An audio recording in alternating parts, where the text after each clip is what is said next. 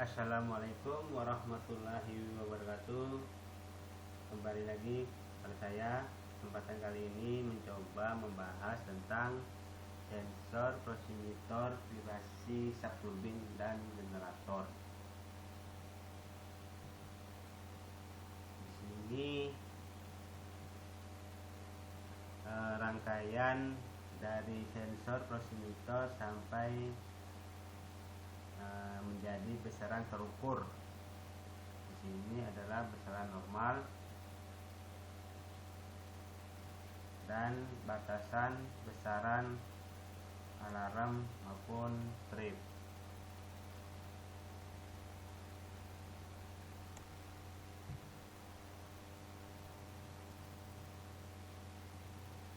Dan ini adalah bagan pemasangan sensor menjadi besaran terukur. Yang pertama, input sebagai pendeteksi, bisa sensor proximity, RTD, thermocouple, dan lainnya. Kemudian dari sensor menuju ke konverter untuk dirubah besaran sinyal menjadi besaran tegangan, atau disebut juga proses pengolahan data. Kemudian diteruskan ke sistem monitoring, yaitu ada dari sistem processing, alarm, logic processing, power supply, display indikasi, input output, dan proteksi relay. Ini disebut dengan output besaran nilai normal, alarm maupun trip. Bisa dari radial vibrasi, aksial posisi, temperatur maupun speed. Sensor proximeter adalah sebagian dari metode prinsip pengukuran vibrasi shaft. Metode yang lainnya adalah metode seismik, metode akselerator, dan metode pegas Gauss. Sini adalah contoh dari metode sensor proximeter. Dikenal dengan istilah vibrasi metode eddy current displacement sebagai sensor. Di antara lain, ini adalah sensor. Item ini terdapat koil atau kumparan yang diletakkan bagian ujung sensor yang berwarna hitam ini. Koil akan membentuk arus pusat atau dikenal dengan eddy current. Kemudian kabel koaksial adalah sebagai sarana penghubung dari sensor menuju konverter. Dikarenakan sensor hanya mendapatkan kabel 1 meter dan diteruskan menggunakan kabel extension koaksial.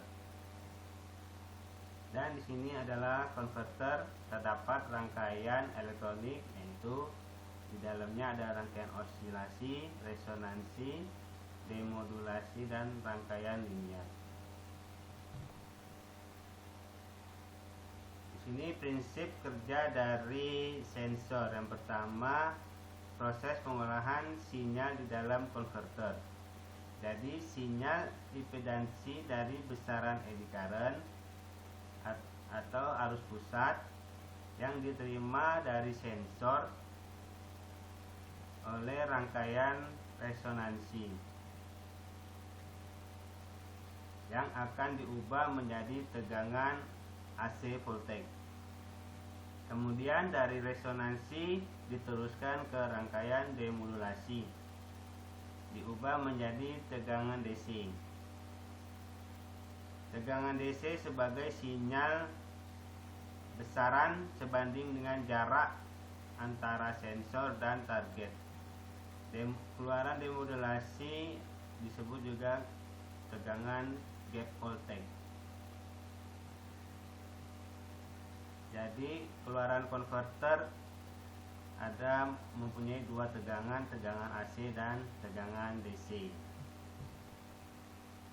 Ini contoh sinyal amplitudo demodulasi input, kemudian diteruskan ke proximity output.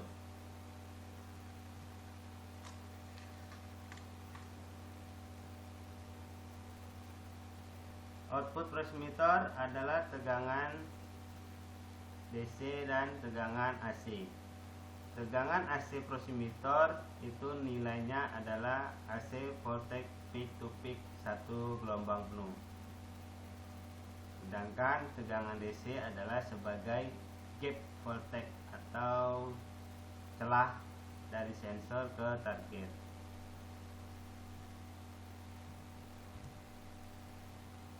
Prosimeter output dan besaran vibrasi. Sini adalah contoh pengukuran dari output prosimeter. Diukur dengan menggunakan alat avometer, di mana alat avometer ini hanya pengukur tegangan RMS. Sedangkan kita membutuhkan keluaran dari tegangan peak to peak 1 gelombang sinus. Dikarenakan nilai dari RMS kita mencari nilai untuk tegangan Vmax, maka Vmax adalah 1,414 kali Vrms, atau tegangan peak to peak itu sama dengan nilai dari tegangan RMS yang di avometer dikalikan 2 kalinya Vmax atau 2/2.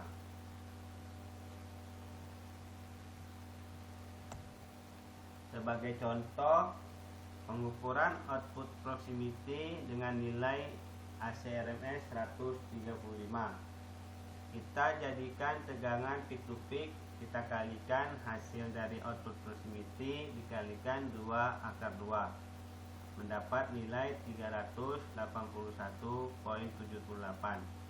Sedangkan besaran vibrasi mikrometer dari keluaran output tegangan AC RMS dengan rumusan tegangan peak to peak 1 sinus dikalikan skala faktor. Skala faktor biasanya didapat pada alat prosimeter dengan contoh 200 mV per mil, atau sama dengan 1 mil dikonversikan menjadi mikron adalah 25,4 mikron. Jadi 200 mV per mil setara dengan 200 mV per 25,4 mikron, atau setiap 1 mV sama dengan 0,127 mikron. Jadi besaran RMS output proximity kita kalikan dari skala faktor 0,127 dengan hasil vibrasi 48,5 mikrometer peak to peak. Ini adalah tabel persyaratan akurasi sistem proteksi pada sensor proximeter. Proximeter probe jangkauan operasinya kurang lebih 5% dari skala faktor dari pengujian akurasi. Sedangkan extension kabel jangkauan penyimpangan dari garis lurus kurang lebih 3 mil dari garis lurus yang paling cocok pada kemiringan skala faktor. Sedangkan osilator di modulator itu adalah minimum linear range-nya sama dengan range pengujian, yaitu 2 mm atau 80 mil menurut standar API 670. Kemudian kita lanjut ke probe gap. Probe gap adalah jarak fisik antara permukaan sensor dengan permukaan target. Jaraknya dapat dinyatakan perpindahan mil atau mikron, atau dalam tegangan yaitu volt DC. Standar menyatakan bahwa nilai hasil gap yang menurun semakin kecil keluaran negatif sinyalnya.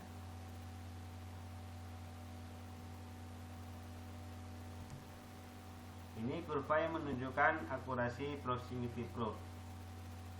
Misal tegangan output DC minus 2, maka gap milnya kurang lebih 1 atau 10 mil. Semakin besar minusnya, maka semakin besar pula gap pada jarak probe dan target. Ini contoh koneksi sensor proximitor dari probe, kemudian disambung konektor, lalu fleksibel conduit kabel, kemudian disambung ke terminal proximitor yang tidak jauh dari sensor probe, kemudian disambung menggunakan kabel koaksial, lalu dilanjut ke sistem monitoring yang berada di monitoring sistem housing atau tempat ruangan monitoring.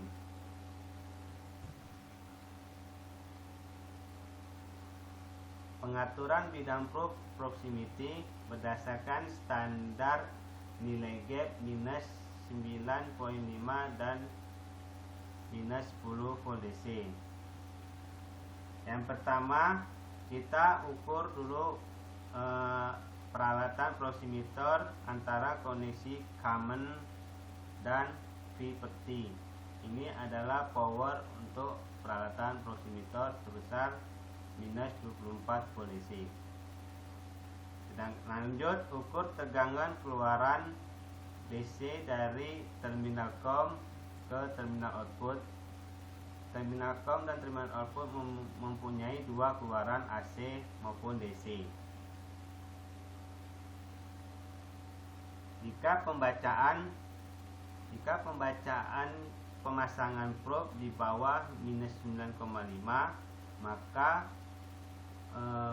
probe kita jauhkan. Misalkan pembacaan di posisi minus 7, maka kondisi probe sekarang yaitu sangat kecil. Kemudian kita mundur probe menggunakan nut.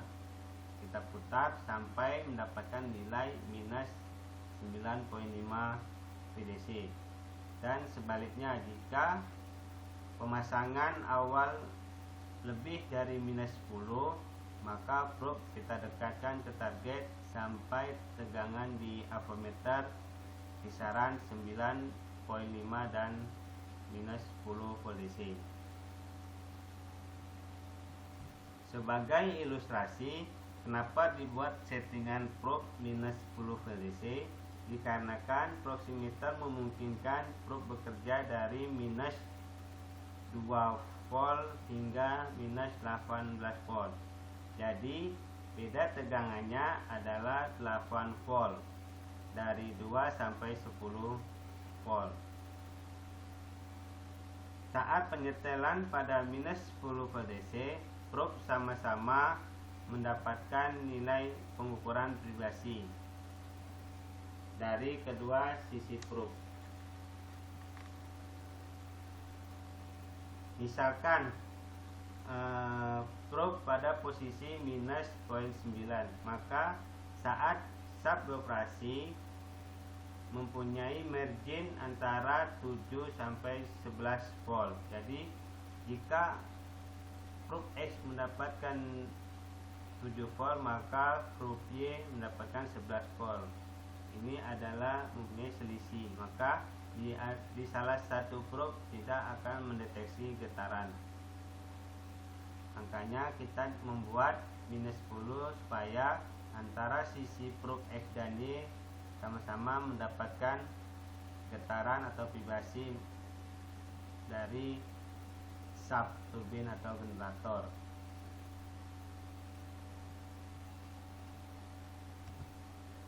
Kemudian pengecekan kondisi probe, interface proximitor dan kabel koaksial. Jika penyesuaian probe tidak mempengaruhi pembacaan minus 10 VDC, maka coba ganti probe dengan yang baru.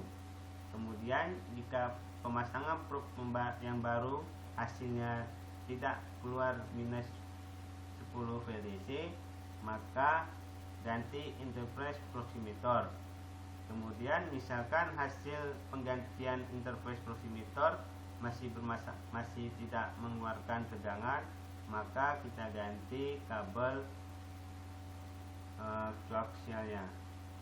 Kita ukur kabel dari sisi depan dan sisi belakangnya kurang lebih 0,8 ohm, atau misal nilai pengukuran 0 0 ohm atau melebihi 10 ohm, maka kabel dinyatakan rusak. Dan kita ketahui permasalahan berada di sisi kabel, maka harus segera diganti dengan yang baru. Ini adalah contoh kalibrasi radial monitor, set point, alarm, dan shutdown. Pemasangan probe X dan Y, kita tarik garis lurus, maka pemasangan probe X itu kurang lebih 45 derajat kemiringan, sedangkan probe Y kita pasang kurang lebih kemiringan 135 derajat. Yang saya jelaskan sebelumnya, misalkan kita gapnya 10 minus 10, maka sisi probe X mendapatkan getaran dan probe Y mendapatkan getaran. Ini adalah ilustrasi gerak lambat. Jadi probe X posisi probe yang sangat dempet dengan target dengan hasil tegangan peak to peak ialah 400 AC peak to peak. Kita rubah ke vibrasi menjadi 50 mikrometer. Sedangkan probe Y yang menjauhi target, maka nilai output tegangan peak to peak lebih kecil, yaitu 200 VAC peak to peak. Kemudian dengan hasil vibrasi 25 mikrometer. Kita atur set point berdasarkan lokasi diameter dari sub unit masing-masing. Sebagai contoh, set point alarm kita atur 75 mikrometer, itu kurang lebih 3 mil, dan kita atur dangernya atau stripnya di 100 mikrometer, kurang lebih 4 mil. Maka 100 mikrometer itu sama dengan keluaran keluaran peak to peaknya adalah 800 VAC peak to peak. Sedangkan nilai besaran alarm 75 mikrometer sama dengan keluaran tegangan peak to peak, yaitu 600 AC peak to peak. Oke, sekian penjelasan dari saya. Jika ada kesalahan maupun kekurangan, mohon dikomentari. Insya Allah menjadi lebih baik lagi untuk saya pribadi. Semoga bermanfaat apa yang saya terangkan. Assalamualaikum warahmatullahi wabarakatuh.